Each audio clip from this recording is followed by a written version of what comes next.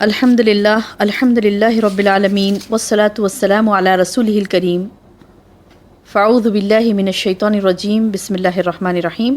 سامعات السلام علیکم ورحمۃ اللہ وبرکاتہ.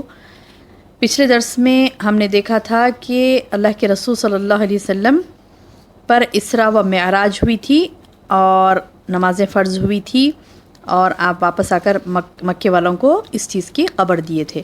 تو بہرحال یہ سلسلہ جاری تھا کہ اللہ کی طرف سے نشانیاں بھی آئیں اور کفار و مشرکین اپنے ضد پر اڑے ہوئے تھے، اور بعض جو ایمان لائے تھے وہ صحابہ تھے بڑے ہی خوش نصیب سبحان اللہ کہ اتنی مصیبتوں کو سہتے ہوئے اتنے آزمائش کے ساتھ بھی ایمان پر قائم تھے.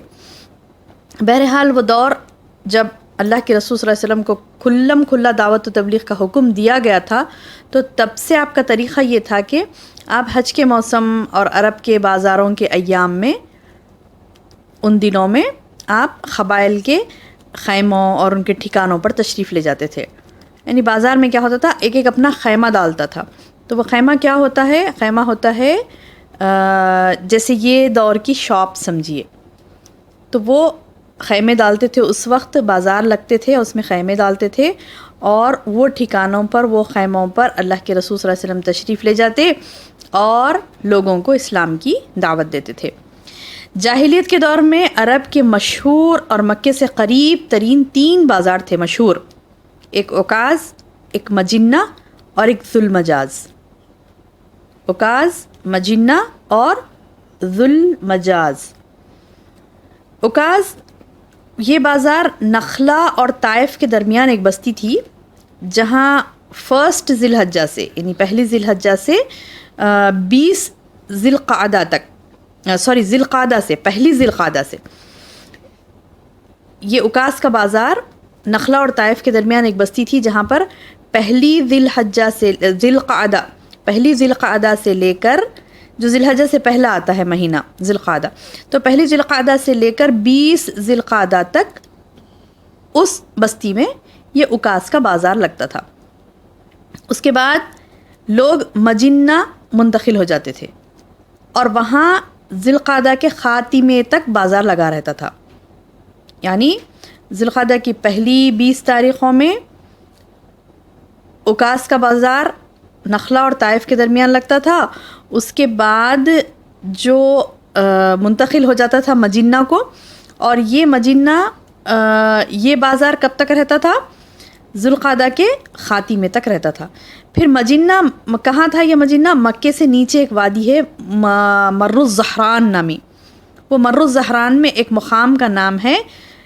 تو وہ مجنہ اس مقام کے نام پر بازار لگتا تھا. تیسرا مشہور بازار جو ذوالمجاز کے نام کا تھا وہ جبل عرفہ یعنی جبل رحمہ کے پیچھے ہے. وہاں کیا ہوتا تھا؟ پہلی ذی الحجہ سے لے کر 8 ذی الحجہ تک وہاں وہ بازار لگتا تھا. اس کے بعد لوگ مناسک حج کی ادائیگی کے لیے فارغ ہو جاتے تھے. تو بہرحال جن قبائل کو رسول اللہ صلی اللہ علیہ وسلم نے دعوت دی تھی اور اس مقصد کے لیے اپنے آپ کو ان پر پیش کیا تھا کہ وہ آپ کو پناہ دیں اور آپ کی مدد کریں اسلام پھیلانے میں، تو وہ کئی قبائل تھے جن میں سے جو تاریخ میں ذکر آتا ہے بنو عامر، بنو محارب، بنو فزارہ، غسان اور مرہ، اور بنو حنیفہ، بنو سلیم، بنو عبس، بنو نصر. بہرحال ایسے کئی قبائل تھے جن کو اللہ کے رسول صلی اللہ علیہ وسلم نے یعنی پیشکش کی تھی، وہ قبائل پر پیشکش کی تھی کہ وہ آپ کی مدد کریں، آپ کے ہاتھ پر اسلام قبول کریں، آپ کی مدد کریں اسلام کے پھیلانے میں. لیکن مختلف قبائل نے الگ الگ قسم سے جواب دیا. جیسے ان میں سے کسی نے بھی آپ کی دعوت اور پیشکش کو قبول ہی نہیں کیا، لیکن جوابات مختلف انداز کے تھے. کسی نے بہترین جواب دیا، کسی نے آپ کے بعد اپنے لیے سرداری کی شرط لگائی، کسی نے کہا کہ آپ کا خاندان اور قبیلہ آپ کو بہتر جانتا ہے، پھر اس نے آپ کی پیروی نہیں کی. پھر کسی نے بہرحال برا جواب دیا تو کسی نے اچھا جواب دیا. تو بہرحال یہ قبائل کے سامنے اللہ کے رسول صلی اللہ علیہ وسلم نے بات رکھی تھی، لیکن آپ کی جہد مسلسل برابر چلتی آ رہی تھی. جیسے کہ اس چیز کا ثبوت ملتا ہے کہ ایمان کی شعاعیں مکے سے باہر پہنچی تھی. جس زمانے میں اسلامی دعوت مکے کے اندر ہی مشکل ترین مرحلے سے گزر رہی تھی، لیکن اللہ نے کیا کیا کہ اللہ نے مقدر کر رکھا تھا کہ اسی زمانے میں مکے سے باہر بھی کچھ لوگ ایمان لائیں. یوں تو ان کی حیثیت امید کی چنگاری کسی تھی، یعنی یہ جو ایمان لائے ان کی حیثیت کیسی تھی؟ ایک امید کی چنگاری تھی جو مایوسی کی تاریکیوں میں چمکی. کون سی مایوسیاں؟ جو اللہ کے رسول صلی اللہ علیہ وسلم کو یہاں پر مکے میں مل رہی تھی. چند لوگ ہی اسلام قبول کرے تھے، بہت زیادہ ستا رہے تھے دوسرے لوگ. تو یہ مایوسیوں کے مقابلے میں اللہ پاک نے یہ مقدر کیا کہ مکے سے باہر کچھ لوگ ایمان لائے، جن میں سے چند کی تفصیل انشاءاللہ ہم پڑھیں گے. تو پہلی دیکھیے بہنوں، پہلے جو تاریخ میں آتا ہے نام سوید بن سامت رضی اللہ عنہ. یہ کیا تھے؟ شاعر تھے، بہت ہی علم رکھنے والے، یعنی گہری سوجھ بوجھ والے تھے. شاعر بول تو ایسے سنسیئر شاعر تھے، بہت گہری سوجھ بوجھ رکھتے تھے. اور یہ کہاں کے تھے؟ یثرب کے. یثرب یعنی مدینہ. یثرب کے تھے اس زمانے میں. یثرب کا مدینہ کا نام یثرب تھا. یہ بھی حج یا عمرہ کے لیے مکہ تشریف لائے تھے. تو رسول اللہ صلی اللہ علیہ وسلم نے انہیں اسلام کی دعوت دی. تو انہوں نے کیا کیا؟ آپ پر حکمت لقمان پیش کی. یعنی اچھے شاعر تھے نا، تو انہوں نے کیا کیا؟ حکمت لقمان پیش کیا. تو پھر محمد صلی اللہ علیہ وسلم نے کیا کیا؟ ان پر قرآن پیش کیا. جیسے انہوں نے قرآن سنا تو پھر وہ مسلمان ہو گئے اور کہنے لگے یہ بہترین قول ہے. کون؟ سوید بن سامت رضی اللہ عنہ. یہ اسلام قبول کیا اور اپنے شہر یثرب کو لوٹ گئے. دوسرا نام آتا ہے ایاس بن معاذ رضی اللہ عنہ. ایاس بن معاذ یہ بھی یثرب کے ہی باشندے تھے، نوخیز تھے، یعنی نوجوان تھے. اور یہ بھی ایک اوس کے ایک وفد کے ہمراہ جو ہے نا مکہ تشریف لائے تھے. تو سبحان اللہ، جیسے ہی اللہ کے رسول صلی اللہ علیہ وسلم کو اس کا علم ہوا کہ یہ ایاس بن معاذ چاہتے ہیں، یعنی اسلام کی طرف ان کا جھکاؤ ہے، تو پھر آپ سیدھے ان کے پاس گئے، ان کو اسلام کی دعوت دی، قرآن کی تلاوت فرمائی ان کے سامنے. تو ایاس نے کہا واللہ یہ اس سے بہتر ہے جس کے لیے آپ لوگ تشریف لائے ہیں. یعنی سب وفد والوں کو کہا کہ آپ لوگ جو بھی کام سے یہاں آئے نا، تو وہ سب کام میں سب میں بہتر کام یہ ہے کہ اس قرآن کی تلاوت سنو. تو وفد کے لوگوں نے اس کا انکار کیا، اور ایک شخص نے تو کیا کیا کہ کنکریاں اٹھا کر ایاس کے منہ پر دے ماری اور کہا یہ بات چھوڑو، ہم یہاں دوسرے مقصد سے آئے ہیں. تو بہرحال وہ خاموش ہو گئے، لیکن یثرب جا کر وہ برابر اپنے اسلام کا اعلان کرتے رہے. اور تھوڑے ہی دنوں میں ان کا انتقال ہو گیا وہیں پر. کس کا؟ ایاس بن معاذ کا.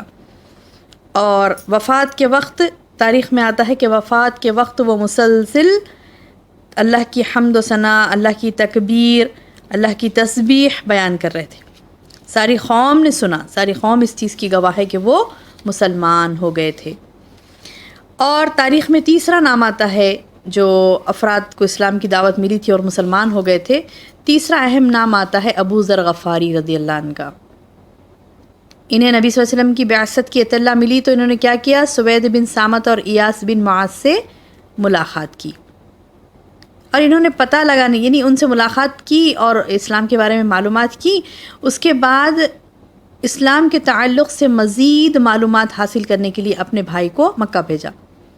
بھائی گئے اور واپس آئے، لیکن ان کو تسلی نہ ہوئی. چنانچہ انہوں نے کیا کیا؟ حضرت ابو بکر رضی اللہ عنہ خود نکلے اور مکہ پہنچ کر مسجد حرام میں ٹھہرے. کتنی دن؟ تقریباً تاریخ میں آیا ہے کہ تقریباً 1 مہینہ آپ مسجد حرام میں ہی رہے. یعنی آپ کو ہمت نہیں ہو رہی تھی کہ آپ نبی صلی اللہ علیہ وسلم سے جائیں، ملے. کیوں؟ کیونکہ یہ جو کفار و مشرکین تھے ان کے بارے میں آپ کو معلوم تھا، تو آپ کو اپنی جان کا ڈر محسوس ہوا. تو آپ کیا کرے؟ اس ڈر سے کسی سے کچھ نہ پوچھے. حرم میں رہتے، زمزم کا پانی پیتے جو کھانا اور پانی دونوں کا کام دیتا تھا. 1 مہینہ زمزم پی کر رہے وہ.